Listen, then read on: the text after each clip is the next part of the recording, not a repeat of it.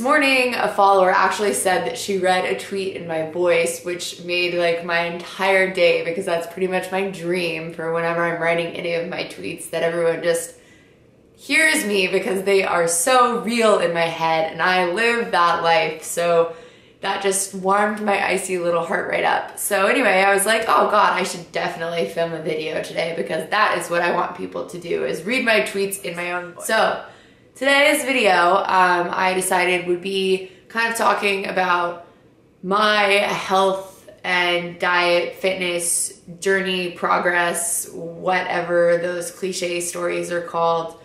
Because a lot of people have been asking, likely because of the holidays, or mostly probably because every white girl's resolution is to improve their diet. I think one of the most overwhelming tasks that people will give themselves is, I'm gonna fix my diet. Like, you can wake up the next morning and be like, this is how I'm going to eat. I'm gonna have just vegetables. I'm not gonna cheat anymore. I'm not gonna have alcohol. I'm gonna work out every day. I'm gonna actually work out at 6 a.m. every day. I'm gonna go on a 5-mile run. Like, that shit ain't happen overnight, and everyone knows it. Stop kidding yourself. Stop setting yourself up for failure by giving yourself impossible goals. Like, I'm going to fix my diet. You know, it doesn't need to be, I'm gonna overhaul all of my meals for all of my days. That's not practical, and there's no way that you're gonna be able to do it. I say that because that's what I thought that I could do, and it was fucking so hard, and you end up failing. And what happens when you fail is you go back to your worst habits, and then you hate yourself so much more. Like, you have to first make goals that are possible, that are actionable. Okay, so you have this huge goal. I want to fix my diet. Well, what's wrong with your diet? Do you just not cook? Okay, well, so if you eat out all the time, it's not that you need to fix your diet, but you gotta learn how to cook. So a bunch of my followers and readers have asked, you know, what is the turning point for me? What caused me to commit to losing weight? You know, what was the last excuse that I tried to tell myself that didn't stand up? And I think I really denied that I was ever bigger when I was. And that was a really effective excuse for me. That was the only one I needed. The fall of my senior year, I got on the scale and it flashed up at me, 190. You weigh 190 pounds. And I just remember like wishing that I could just fall through the floor, because God knows I was fat enough to just break it. Like, oh my God. I just remember being so mortified and so horrified that that was just me. That number was me, and that was all I saw of myself until I started to lose weight. And it's terrible because it's so shallow to think that, you know, all of my value and self-worth at that point boiled down to the number that I saw on the scale, but it did. And I know that that happens for people. Like, holy shit. Like, I've been kidding myself. Like, what? No, like, that's too close. I'm like getting worked up just thinking about it, like reliving that right now. And, you know, that's so close to 200 pounds, which that was fat to me. That just like, and I'm totally not trying to judge anyone who's watching this video, regardless of your weight. This is just me in my narrow little white girl mind when I was 21.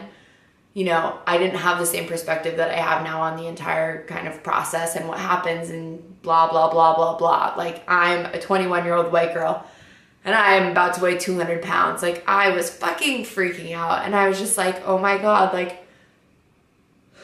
that's fat. Like, oh my God, am I fat? Like, but oh my God. Like, I just had a total crisis of confidence of like, oh my God, I don't even, what am I? Who am I? Oh, wow.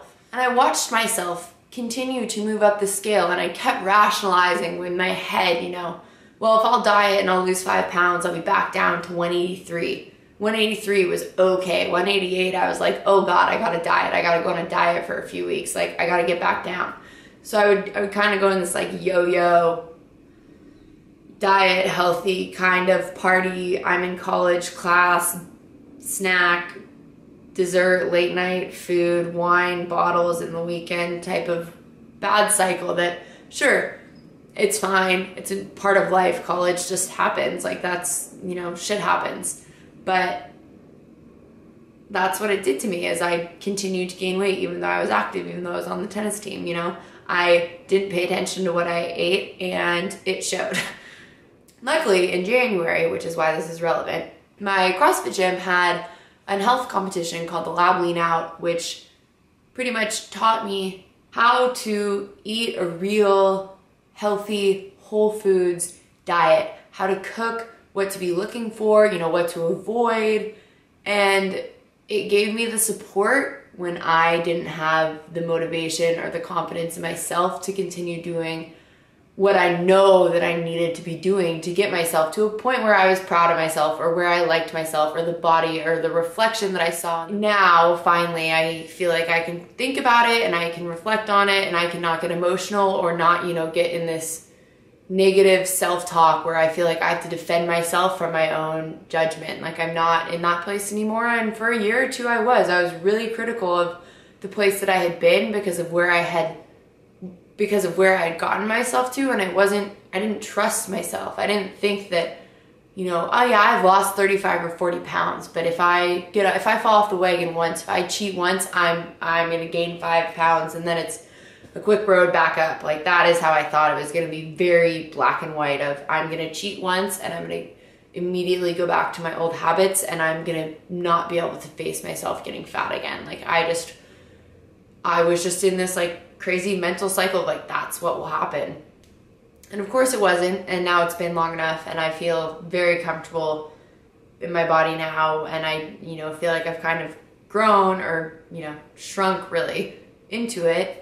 I definitely plan to be talking more about that part of my life because I think it's really important to, you know, share what I have and the experience and the knowledge that I've gained from it, especially if it can benefit people who might be in that same position and might not have had the resources that I did. So that's just the first bit of my story. But come 2015, as kind of a resolution of my own, I'm going to be doing more vlogs, blogs, whatever, on health and fitness related stuff, cooking. I'm really excited about it, honestly. I mean, it's kind of awkward and embarrassing to talk about when I was fat, but I feel like people don't recognize that side of me now, and it was a huge part of making me who I am today. And oh my God, I'm gonna get so emotional. Huh, you guys.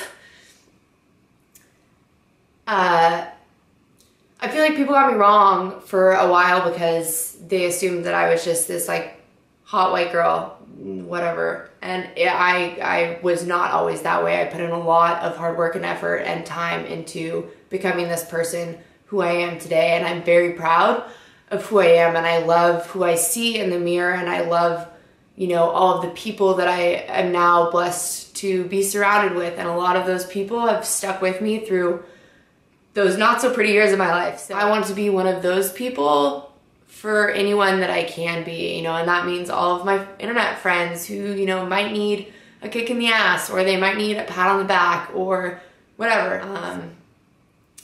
Yeah, that was emotional. Okay, I think I need some wine now. Thank you guys so much for listening to this small part of my life story. There's gonna be plenty more to come.